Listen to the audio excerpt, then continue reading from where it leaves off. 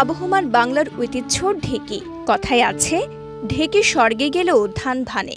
বহুল প্রচলিত এই প্রবাদের ঢেকি সত্যিই যেন মর্ত থেকে এখন আছে স্বর্গে। আধুনিক যন্ত্রপাতির আধিক্যে এখন আর গ্রাম বাংলায় ধান ভানা কিংবা চাউল ভানার পুরনো এই যন্ত্রের দেখা মেলা ভার। তবে পাহাড়ি জনপদ পানছড়িতে এখনও আছে ঐতিহ্যের ঢেকি।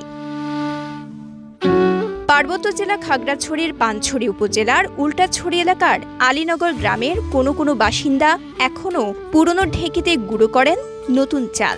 এখানকার প্রয়াত আব্দুল খালেকের বাড়ির বারান্দায় থাকা ঢেকিতে উৎসব পার্বণে ধান, চাল ও গম ভানেন প্রতিবেশীরা। আমার বিয়ের পর থেকে দেখতেছি এই ঢেকি অনেক শীতের সময় শীতের পিঠা বানাই, গরমের সময় গরমের পিঠা বানাই। আমার বাবা নিজ হাতে তৈরি করছে এই ঢেকিটা। মহল্লার মানুষ আসে, ওই বাইরের গ্রামের মানুষ আসে, এখান থেকে চাইলের গুঁড়ি, গমের গুঁড়ি এগুলো ইত্যাদি করে তারা নিয়ে যায়। এই ঢেকির ওজন প্রায় 1 মণ হবে। ধনিয়া, জিরা, অনেক রকমের জিনিস তৈরি করার জন্য আমরা ঢেকি ব্যবহার করি। এই ঈদে জামা জুতো অ্যাকসেসরিজের ডিসকাউন্ট। কাঁঠাল গাছে তৈরি এই ঢেকির বয়স 40 বছর বলে জানান খালেকের স্ত্রী রেখা বেগম। এই ঢেকিটা আমার 40 বছরের বয়স হয়েছে। আমরা এই পর্যন্ত এই গুঁড়া কুডি পিঠা বানাই বিভিন্ন ধরনের।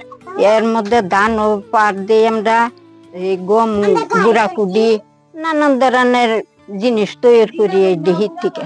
প্রযুক্তির যুগের ঢেকি বিলুপ্ত হলেও আলীনগর গ্রামের বাংলার এই ঐতিহ্যটি টিকে আছে বলে জানান স্থানীয় স্কুল শিক্ষিকা খুরশিদা বেগম। ঢেকি নিয়ে তার ভালো লাগার কথাও জানান কালের কণ্ঠকে।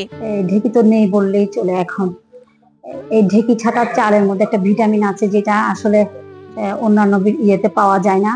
তো আমার খুব ভালো লাগে, আমি যখন স্কুলে আমার গ্রামের এই রাস্তা দিয়ে হেঁটে আসি তখন এই যে ঐতিহ্যবাহী জিনিসগুলো দেখলে আমার আসলে আত্মা তৃপ্তি হয় এবং ভালো লাগে, খুব ভালো লাগে। 90-এর দশকেও গ্রাম বাংলায় ঢেকির প্রচলন ও ব্যবহার ছিল উল্লেখযোগ্য।